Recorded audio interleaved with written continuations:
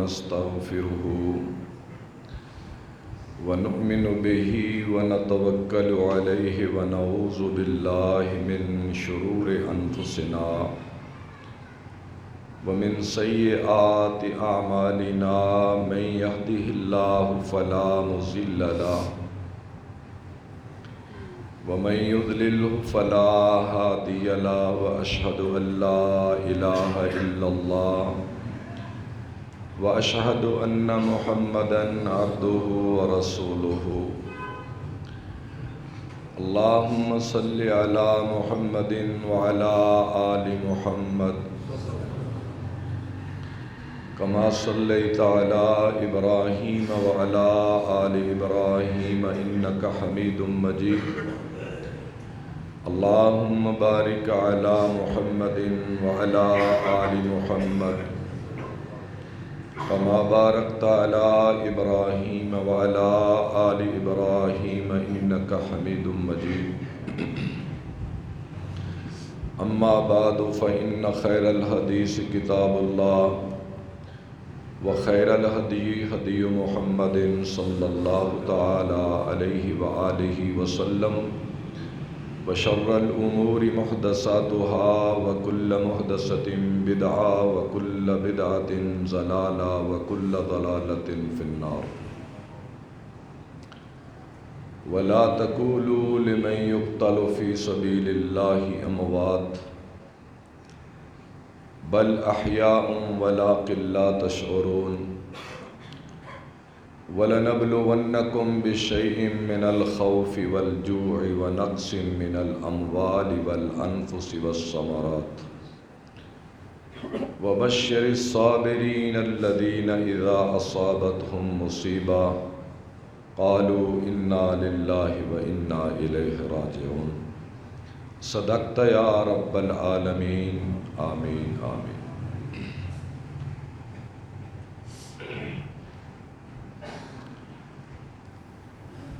ہر قسم کی تعریف و توصیف ہے دو جہان کو پالنے والے اللہ کی ذات عالی و متعال کے لیے۔ درود و سلام اولین و آخرین کے امام حضرت محمد کریم صلی اللہ تعالی علیہ تحیت و السلام کی مبارک ذات پر۔ حضرات گرامی، ماہ محرم الحرام کا یہ آخری خطبہ جمعہ ہے۔ اس سے پہلے 3 خطبات جمعہ میں آپ حضرات کی خدمت میں اہل بیت نبی صلی اللہ علیہ وسلم، ان کے فضائل، مناقب، سیرت مختصراً میں نے آپ حضرات کی خدمت میں پیش کی ہے، اور آج کا خطبہ تتمہ بیان کے طور پر سمجھ لیجئے کہ سیدنا امام حسین رضی اللہ تعالی عنہ، ان کا سفر کربلا اور ان کی اور ان کے خاندان کی شہادت، اس حوالے سے میں آپ حضرات کی خدمت میں کچھ چیزیں عرض کروں گا۔ پہلے تھوڑا سا خاکہ میں آپ حضرات کی خدمت میں رکھوں۔ حسین ابن علی رضی اللہ تعالی عنہ یہ بنی ہاشم کے چشم و چراغ ہیں، اور یزید بنی امیہ کا ایک شخص ہے، اور یہ جنگ اور لڑائی حسین رضی اللہ تعالی عنہ اور یزید کے بیچ میں ہے،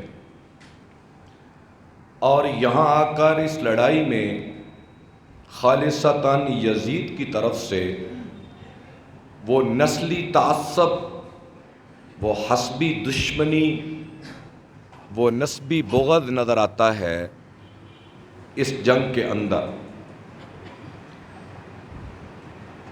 یزید کے باپ کا نام ہے حضرت معاویہ رضی اللہ تعالیٰ عنہ، ان کے اور حسین کے باپ حضرت علی ابن ابی طالب میں جنگیں ہوئیں، اور معاویہ کے باپ ہیں ابو سفیان۔ ابو سفیان اور حضور نبی پاک صلی اللہ علیہ وسلم کے درمیان جنگ ہوئی۔ اگر ابو سفیان بدر کے موقع پر شام میں قافلہ تجارت کے ساتھ نہ ہوتا تو بدر کی سپہ سالاری بھی عتبہ کی جگہ ابو سفیان کے ہاتھ میں ہوتی، کیونکہ قریش کی جو سپہ سالاری تھی جنگی اعتبار سے وہ بنی امیہ کے پاس تھی۔ تو پھر آگے کی جنگ احد میں، خندق میں ابو سفیان آگے نظر آتا ہے، اور ادھر سے محمد کریم صلی اللہ علیہ وسلم، اور پھر اس سے زمانہ جاہلیت کا شروع ہو جاتا ہے۔ ابو سفیان کا باپ، اس کا نام حرب ہے، اور ادھر حضور کے دادا جناب عبد المطلب کا ایک زمانہ، یہ سیاسی حریف ہیں۔ پھر عبد المطلب کے باپ ہاشم اور حرب کا باپ امیہ ہے، ان کے درمیان جنگ ہے۔ تو ہاشمی بنی ہاشم سے چلے اور اموی امیہ سے چلے۔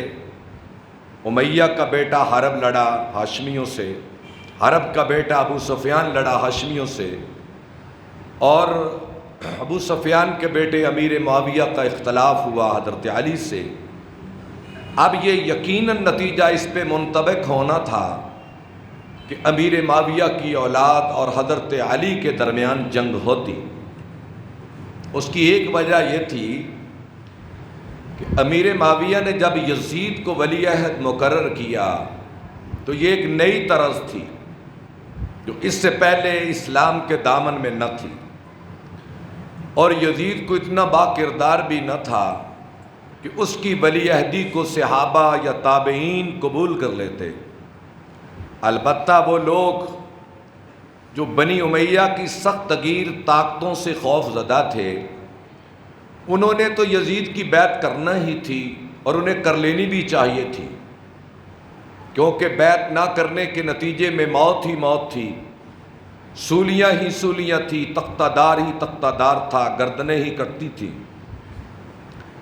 لیکن ضروری نہیں کہ ہر شخص طاقت کے سامنے جھک جائے، کیونکہ یہ تو بات طے تھی کہ امیر معاویہ کے جگہ پر یزید کا آنا ایسے ہی تھا جیسے زاغوں کے تسرب میں عقابوں کے نشیمن آ جائیں، کہ عقابوں کی جگہ پر جب کوے بیٹھ جائیں یا کرگسیں بیٹھ جائیں تو پھر وہ چیز معاشرے کی آنکھ میں جچتی نہیں۔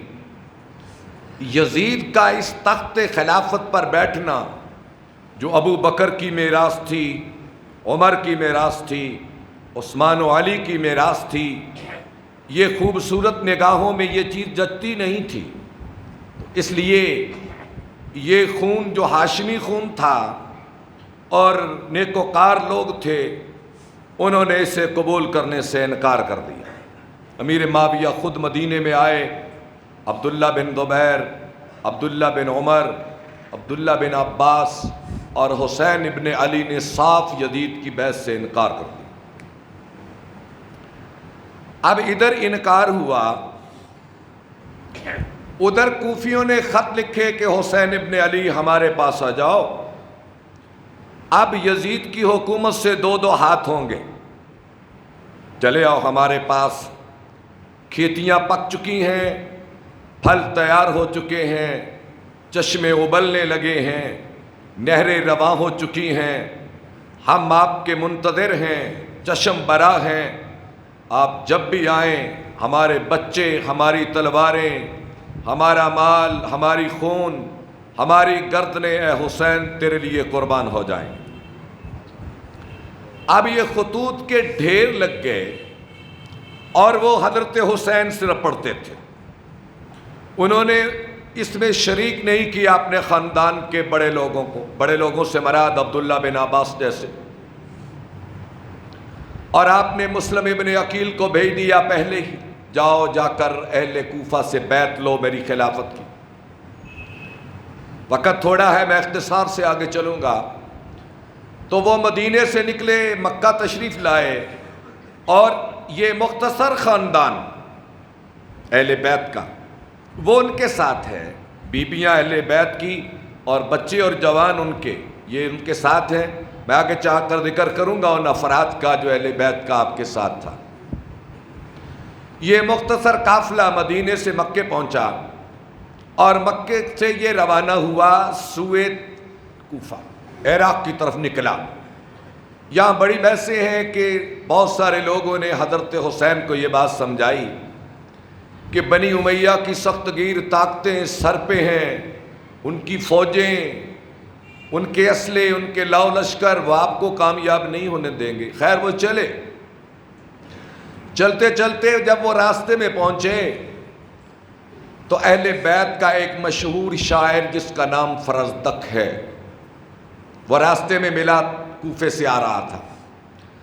تو آپ نے ان سے پوچھا فرزدق کوفے میں لوگوں کو کس حال میں چھوڑ کے آئے ہو؟ کہنے لگا اے حضرت اہل کوفہ کے دل تو آپ کے ساتھ ہیں لیکن ان کی تلواریں بنی امیہ کے ساتھ ہیں۔ یقیناً وہ شیعان علی تو تھے، حضرت علی کے وفادار تو تھے، ان کو چاہنے والے تو تھے، لیکن آڑے وقت میں وہ ساتھ دینے والے نہیں تھے ان حالات میں۔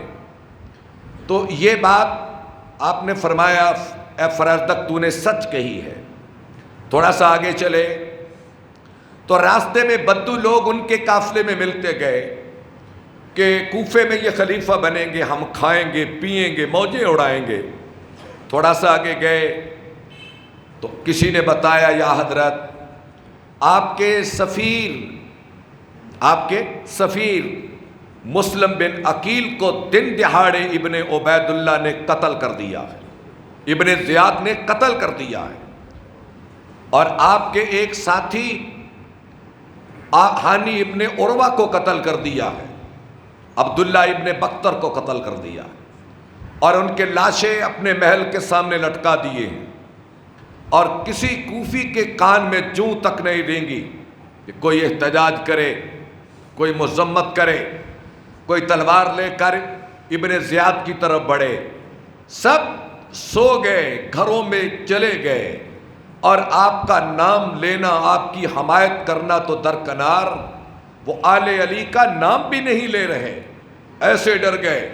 آپ نے اصحاب کو جمع کیا اور خطبہ دیا اور کہا کہ اے میرے ساتھیوں، اے میرے ہم سفر لوگوں، حالات بڑے دگرگوں اور پریشان کن ہیں، خبریں اچھی نہیں آ رہی۔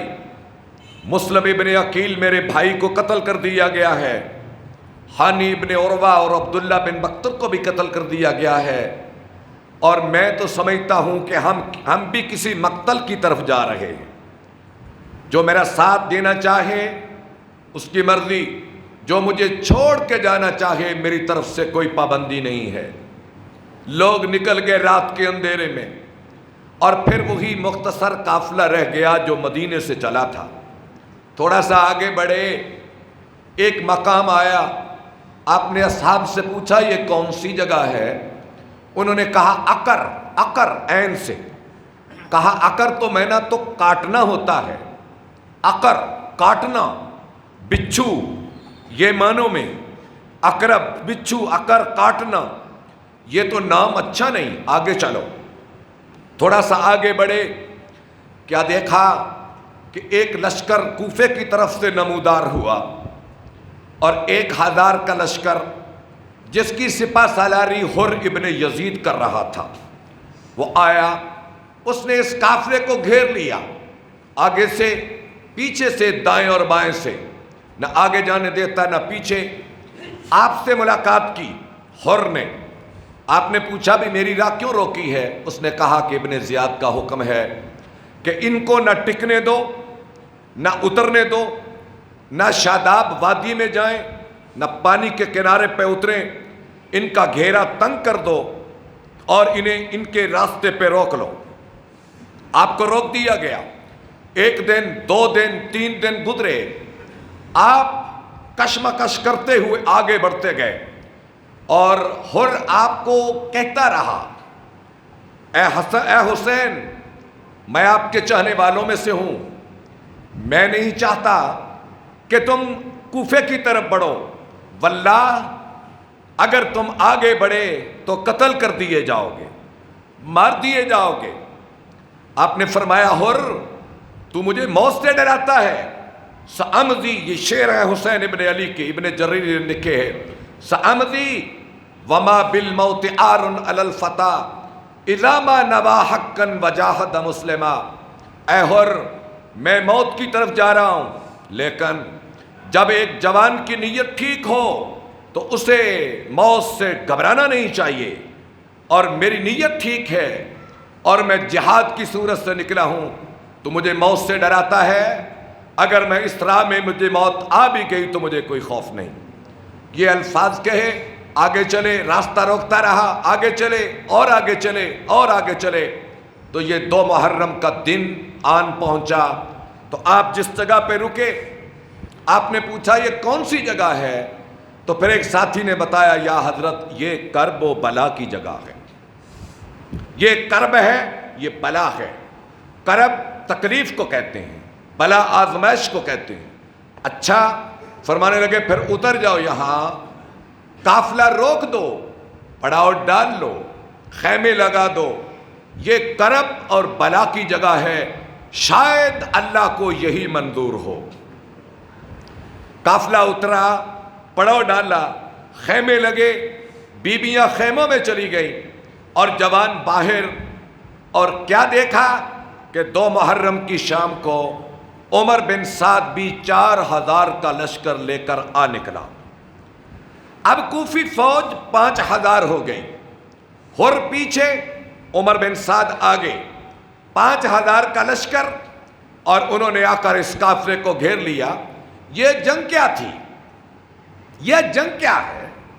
ایک طرف 72 افراد ہیں، ایک طرف 6000 ہیں، اور وہ مسلح ہیں، تیر و تلوار ان کے پاس، نیزے کھوتے ان کے پاس، زیرہ گھوڑے ان کے پاس، سارے سامان حرب سے لیس، اور ادھر یہ قافلہ جس میں بچے بھی، عورتیں بھی، جوان بھی، بچیاں بھی، بچے بھی، اور جوان تھوڑے، بچے زیادہ، اور چند افراد لڑنے کے لیے۔ یہ لڑائی کا کوئی تناسب اور نہیں تھا، یہ تو ایک چھوٹے سے قافلے کو کوفی گھیر کے بیٹھ گئے۔ خیر، آگے دن بڑھتے گئے، عمر بن سعد اور حضرت حسین میں مذاکرات ہوئے، سنتے رہتے ہیں آپ نے 3 شرطیں رکھی، بھائی اے عمر بن سعد، مجھے تو یہ حالات کی خبر نہیں تھی، اگر یہ حالات ہیں تو میں یزید سے اپنا معاملہ طے کر لیتا ہوں، یا میں مدینے واپس چلا جاتا ہوں، یا میں اسلامی ملک کی سرحد پہ چلا جاتا ہوں۔ عمر بن سعد نے یہ خط ابن زیاد کو لکھا، وہ بھی خوش ہو گیا کہ بات ٹل گئی، لیکن یہاں شمر لعین ابن زیاد کے پاس بیٹھا تھا، کہنے لگا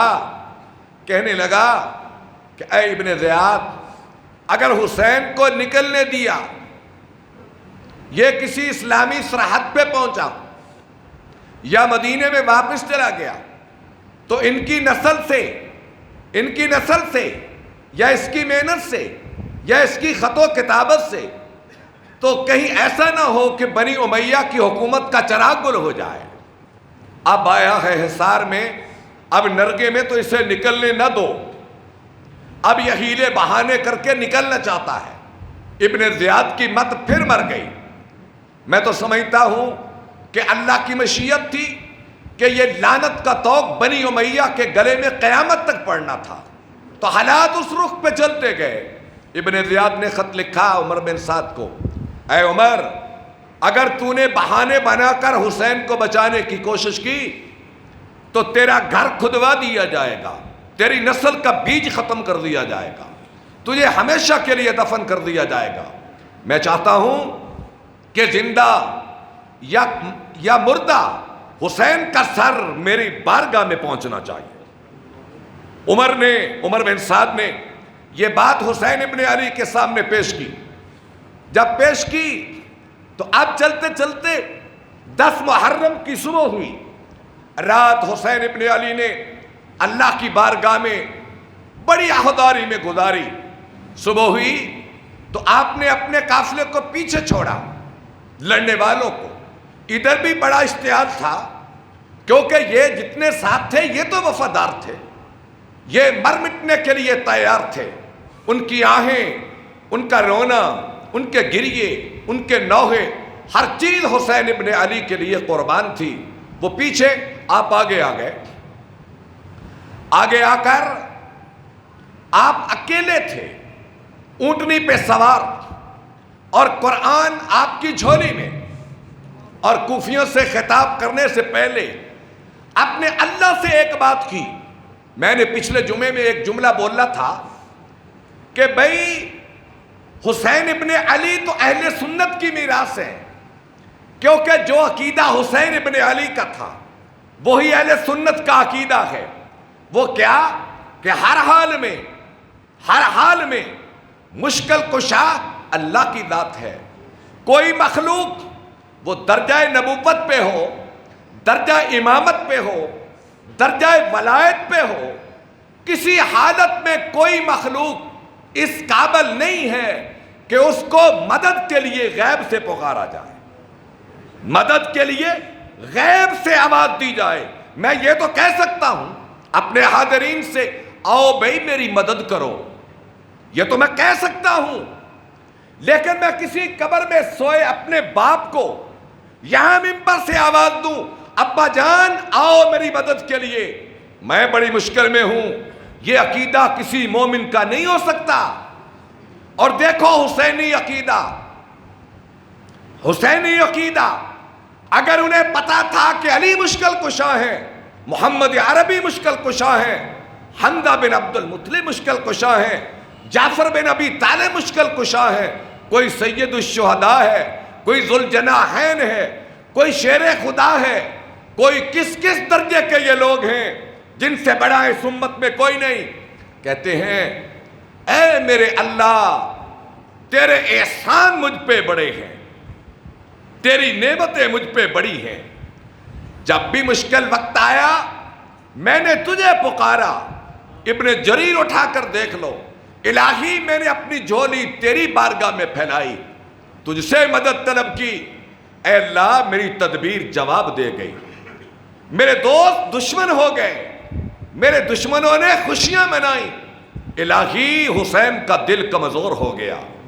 اے اللہ آخری التجا میری تیری بارگاہ میں ہے, آخری التجا تیری بارگاہ میں ہے, اور اے اللہ میں اپنا معاملہ تیرے سپرد کرتا ہوں. اس دعا کو پڑھ لیں آپ. ابو الکلام نے یہ ہو الفاظ لکھے ہیں. اس دعا میں ذرا دیکھیں, کہیں آپ کو کوئی عقیدہ نظر آتا ہے جس میں مخلوق کی پکار ہو؟ اور ان کے آبا کون تھے؟ علی ابن ابی طالب تھے, جسے آج اور بدبختی یہ ہے ہمارے اہل سنت بھی حضرت علی کو مشکل کشا کہتے ہیں.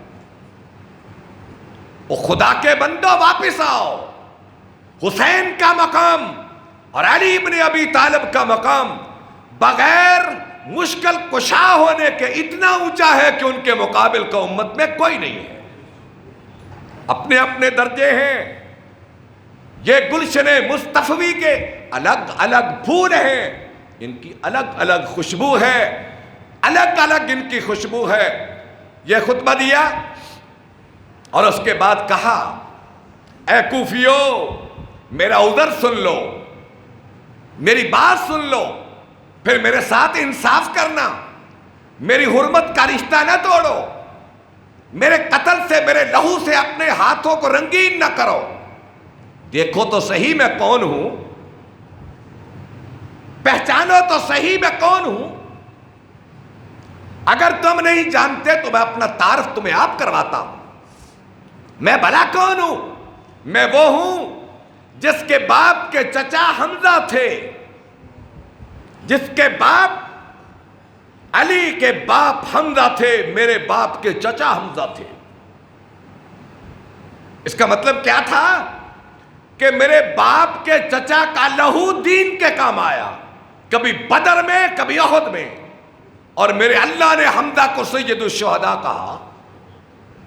بلکہ میرے آقا کے لیے جبریل نے آ کر کہا یہود کا میدان ہے، آپ رو رہے ہیں، حمزہ کے لاشے کو دیکھا رہا نہ گیا، آپ رو رہے ہیں، جبریل آئے، یا رسول اللہ نہ رو، اللہ نے قد کتب اللہ علی عرشہ ان حمزہ اسد اللہ و اسد رسولہ، اے اللہ کے حبیب نہ رو، تیرے رب نے اپنے عرش کے اوپر لکھ دیا ہے کہ حمزہ اللہ اور اس کے رسول کا شیر ہے، عرش پہ لکھا ہوا ہے یہ،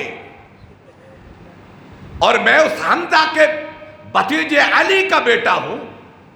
اور پھر فرمایا میں اپنا تعارف کرواتا ہوں کہ میرے چچا کا نام جعفر ذو الجناحین ہے۔ جعفر جب شہید ہوئے آپ نے فرمایا میرے اللہ نے سارے پردے ہٹا کر مجھے دکھایا کہ جعفر جنت میں اڑ رہا ہے، اور میں تاریخ پڑھے اصحاب کی، ہر ایک کی ایک سے بڑھ کے ہے، لیکن حضرت جعفر کی سیرت پڑھیں، 5 نبوت میں مکے سے ہجرت کر کے حبشہ پہنچے، حبشے میں پھرتے رہے، اللہ کے دین کی خاطر جوانی لگا دی، اور 7 ہجری میں خیبر کے موقع پہ پہنچے، 6 یا 7 ماہ مدینے میں رہے، اور پھر جنگ موتا میں جا کے شہید ہو گئے۔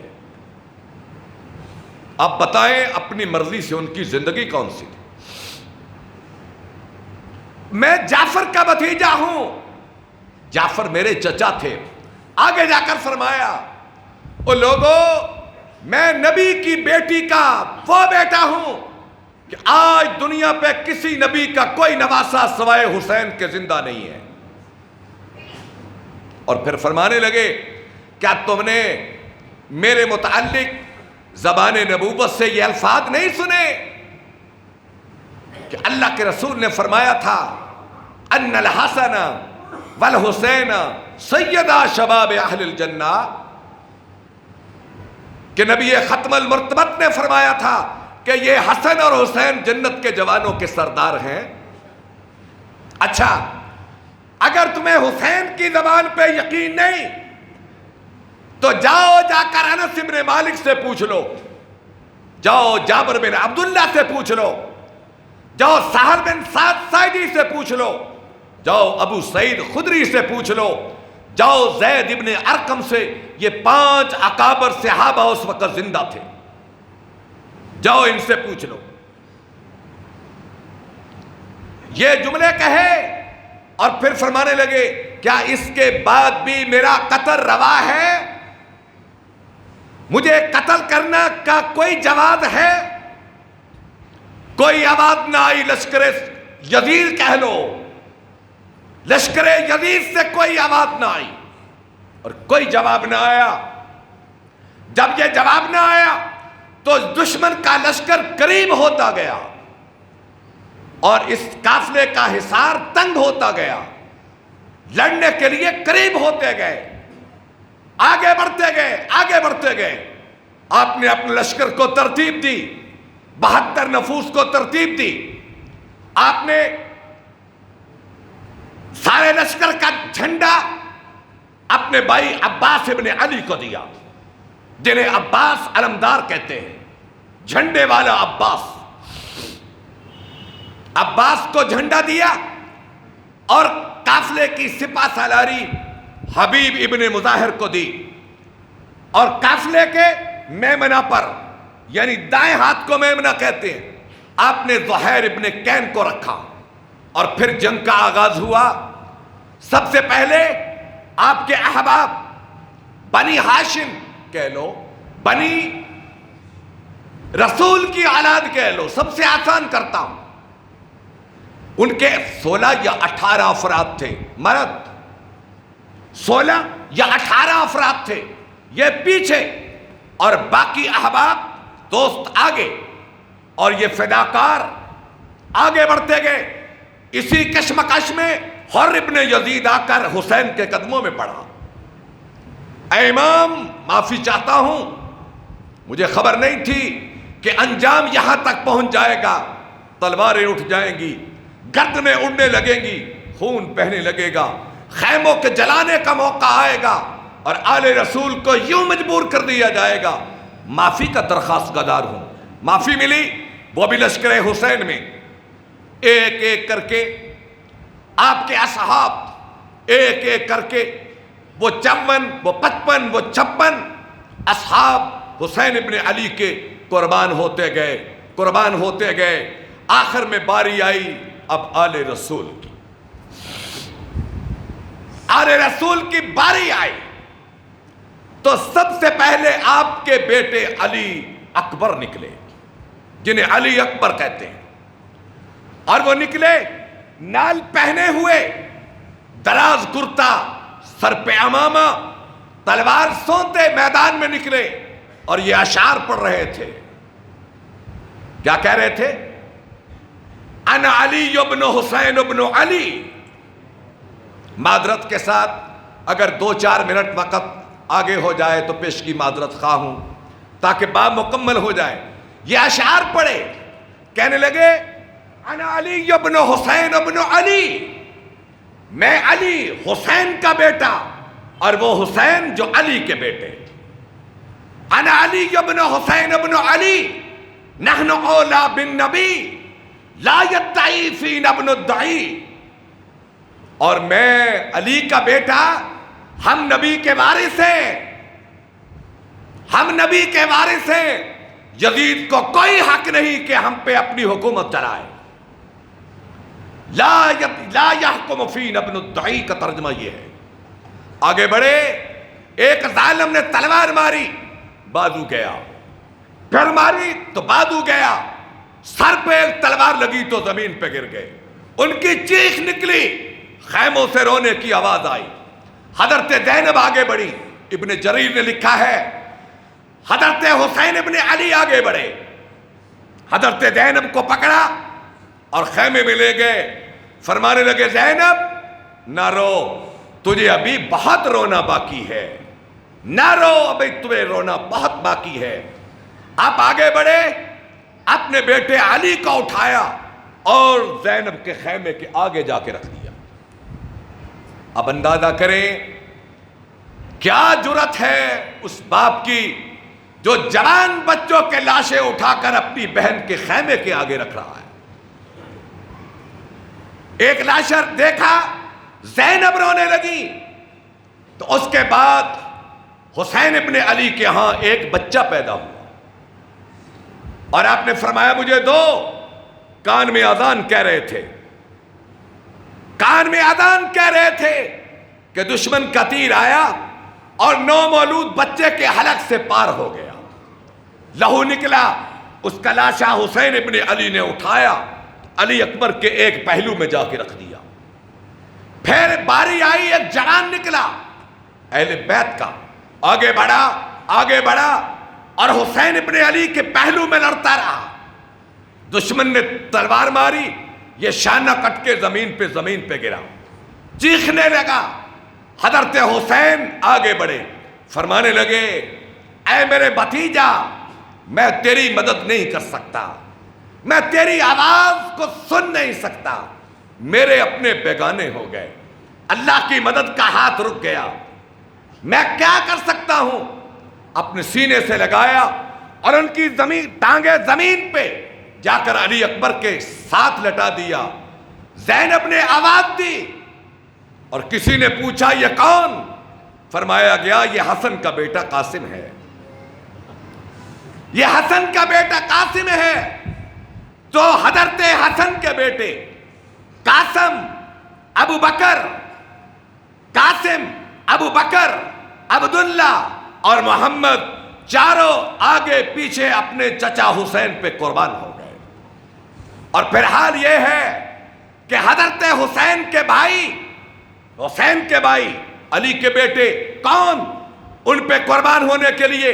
پہلے عباس بڑے، علمدار تھے علی کے بیٹے، ان کے بعد حضرت علی کے بیٹے عثمان بڑے، پھر حضرت علی کے بیٹے ابو بکر بڑے، پھر حضرت علی کے بیٹے عبداللہ بڑے، اور پھر ان کے بیٹے محمد یہ 6 علی کے بیٹے، 5 حسین کے بھائی، جن کے 2 کے نام ابو بکر اور عثمان ہیں،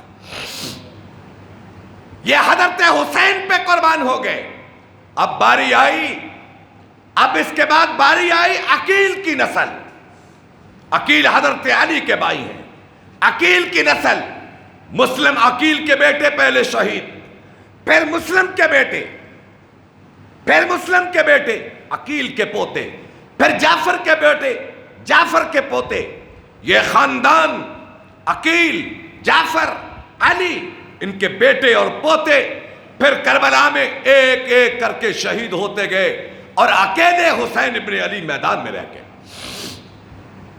اب میں کیا جملے کہوں کہ وہ شخص جو تنہا میدان میں کھڑا ہے اور جس کے 16 یا 18 یا 17 بیٹے، بھتیجے، پوتے اور بلکہ بھانجے، یہ زینب جو اپنے سامنے لاشوں کے ڈھیر لگے دیکھ رہی ہے، کہیں قاسم کا لاشا، کہیں علی کا لاشا، کہیں علی اکبر کا لاشا، کہیں علی اصغر کا لاشا، کہیں حسن کے سارے بیٹے، کہیں عقیل کے سارے پوتے، کہیں جعفر کے سارے پوتے، اور ان کے ساتھ زینب کے اپنے جگر گوشے، جس میں ایک کا نام عون تھا اور ایک کا نام محمد تھا۔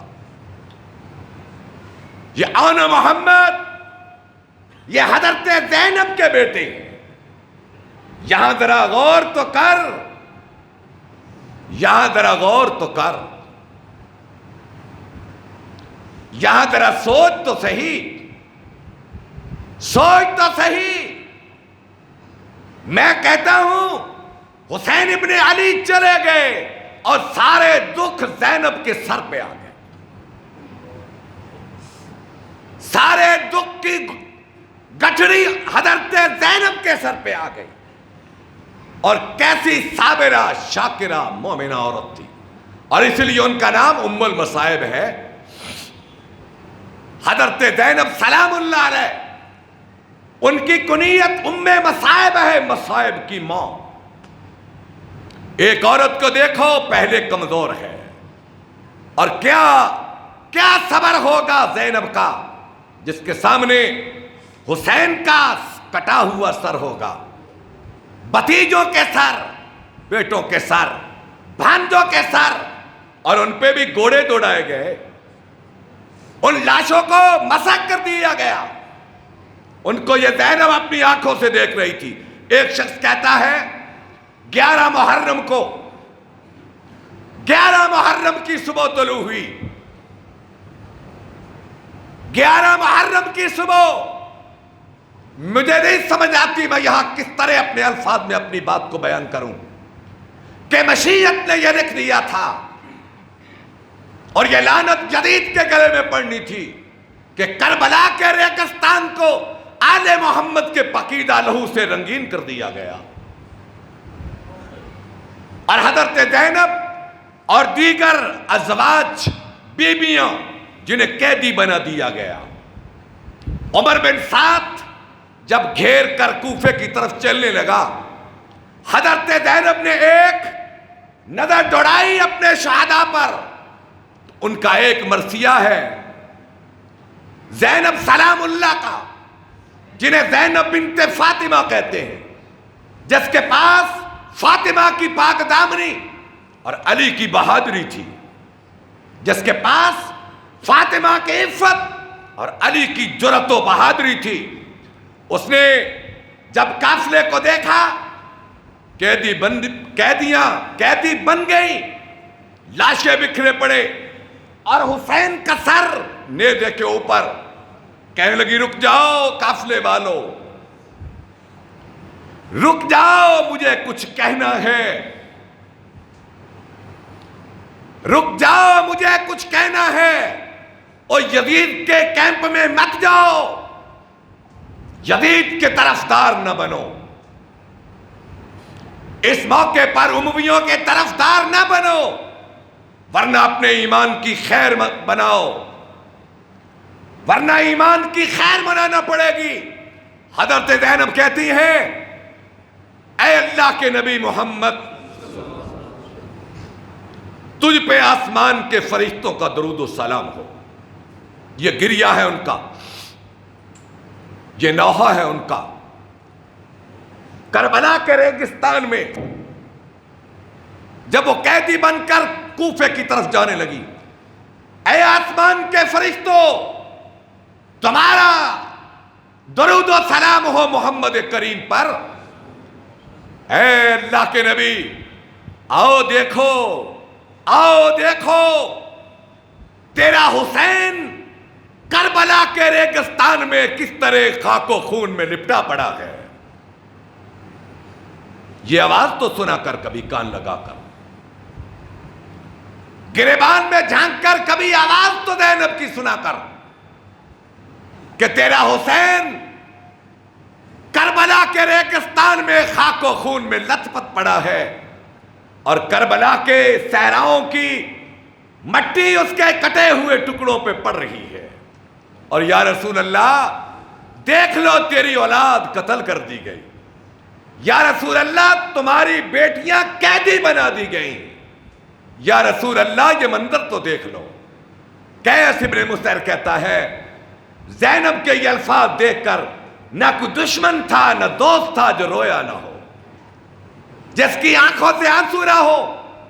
پھر یہ قافلہ چلا ابن زیاد کی عدالت میں، اور جہاں جو بدتمیزی ہوئی وہ ایک لمبی داستان ہے، اور پھر حسین کا سر نیزے پہ لٹکا کر، اور یہ قافلہ چلا شام کو، کتنا لمبا سفر، اور زینب سلام اللہ اور زین العابدین خاموش، کئی ہفتوں کا سفر، پھر شام پہنچے، پھر وہاں سے مدینے، اور پھر مدینے سے شام گئیں، حضرت زینب وفات پا گئیں، اور وہیں ان کا روضہ بنا، اور اس طرح خاندان نبوت پر یہ شام گزری ہے۔ یہ کوئی معمولی واقعہ نہیں، یہ کوئی معمولی شہادت نہیں۔ رب ذوالجلال کی قسم، رب ذوالجلال کی قسم، تاریخ انسانیت میں ایسا ثانیہ اور واقعہ نہیں ملتا کہ گھر کے اتنے افراد دن دہاڑے قتل کر کے ان کی لاشوں پہ گھوڑے دوڑا دیے گئے۔ اس لیے میرے بھائیوں، یہ خانوادہ، یہ خاندان، یہ لوگ بڑے پیارے لوگ ہیں، ان کی نسل پھر زین العابدین ہے، پھر ان سے آگے چلتی ہے۔ یہ ہمارے آنکھوں کا نور ہے، ہمارے دلوں کی ٹھنڈک ہے۔ اے میرے اللہ، آل محمد سے محبت ہر امتی کے جزو ایمان بنا دے۔ وآخر دعوانا ان الحمدللہ رب العالمین۔